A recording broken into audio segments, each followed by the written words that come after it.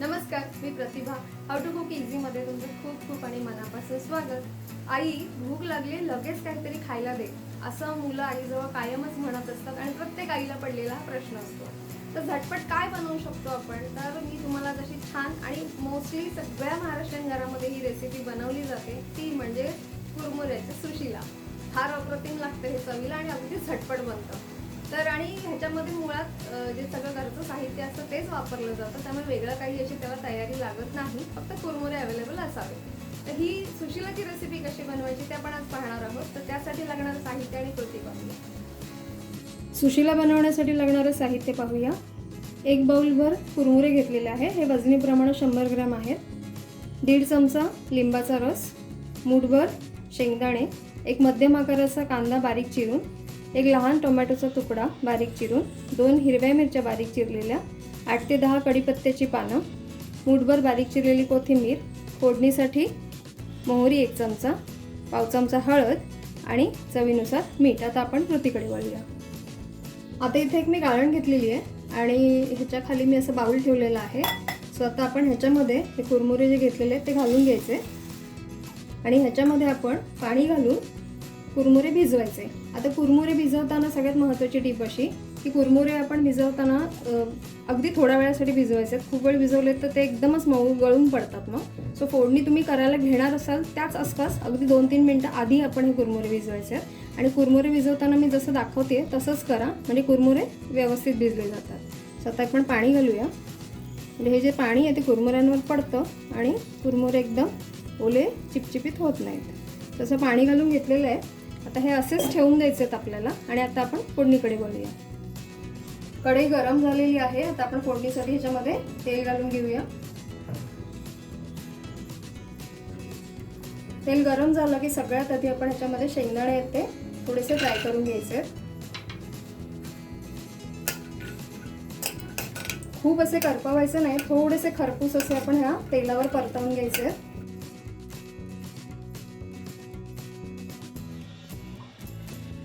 हे शेंगदाणे टाकले तसे तुम्ही ह्याच्यामध्ये डाळ सुद्धा थोडीशी टाकू शकता, त्याची चव पण फार छान लागते.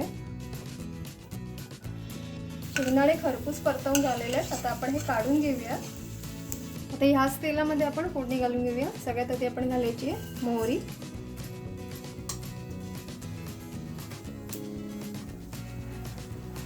मोहरी थोडीशी तडतडून द्यायची.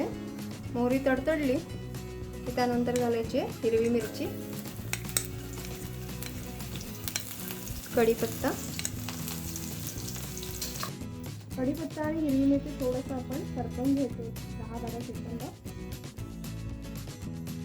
आता याच्यामध्ये आपण कांदा घालून घेऊया आणि कांदा छान असा परतवून घ्यायचा याच्यावर.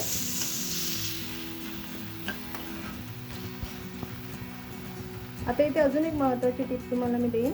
तुम्हाला जे मीठ घालायचं आहे सुशिलासाठी ते इथेच घालून घ्यायचं, म्हणजे हा कांदा जो आहे तो छान असा सॉफ्ट होतो.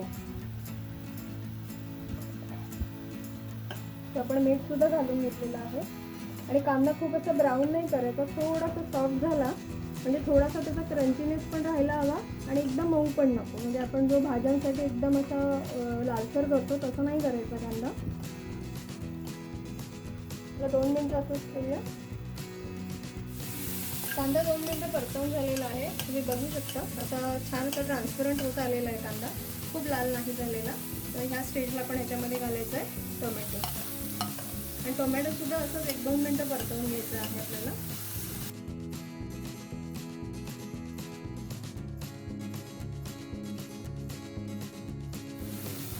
टोमॅटो सुद्धा 2 मिनिटं असं छान परतवून झालेला आहे आणि खूप असं मऊ नाही करायचं, थोडासा ह्याच्या कांद्याचा आणि टोमॅटोचा क्रंचीने सुद्धा ठेवायचा.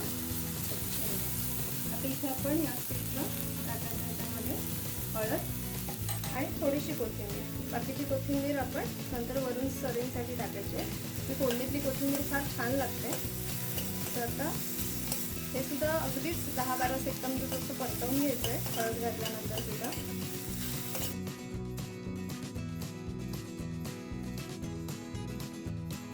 फोडणी तयार झालेली आहे. आता ह्याच्यामध्ये आपण जे शेंगदाणे तळून ठेवले ते घालून घेऊया आणि त्यानंतर जे भिजत घातलेले कुरमुरे आहेत ते याच्यामध्ये घालून घ्यायचे.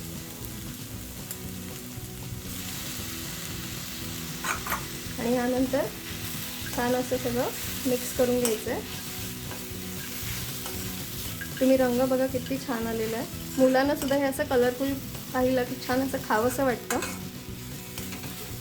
तर हे सुद्धा अगदीच 10-12 सेकंदच असं परतवायचं, खूप परतवायची गरज लागत नाही. आता गॅस करायचा आहे बंद आणि त्यानंतर आता हे असंच एक गॅस बंद केल्यानंतर 10-12 सेकंदांनी आपण ह्याच्यामध्ये घालायचं आहे लिंबाचा रस. ही आपली सुशीला खाण्यासाठी तयार झालेली आहे. तुम्ही ह्याच्यावर कोथिंबीर वरती अजून थोडीशी आपण पेरायची.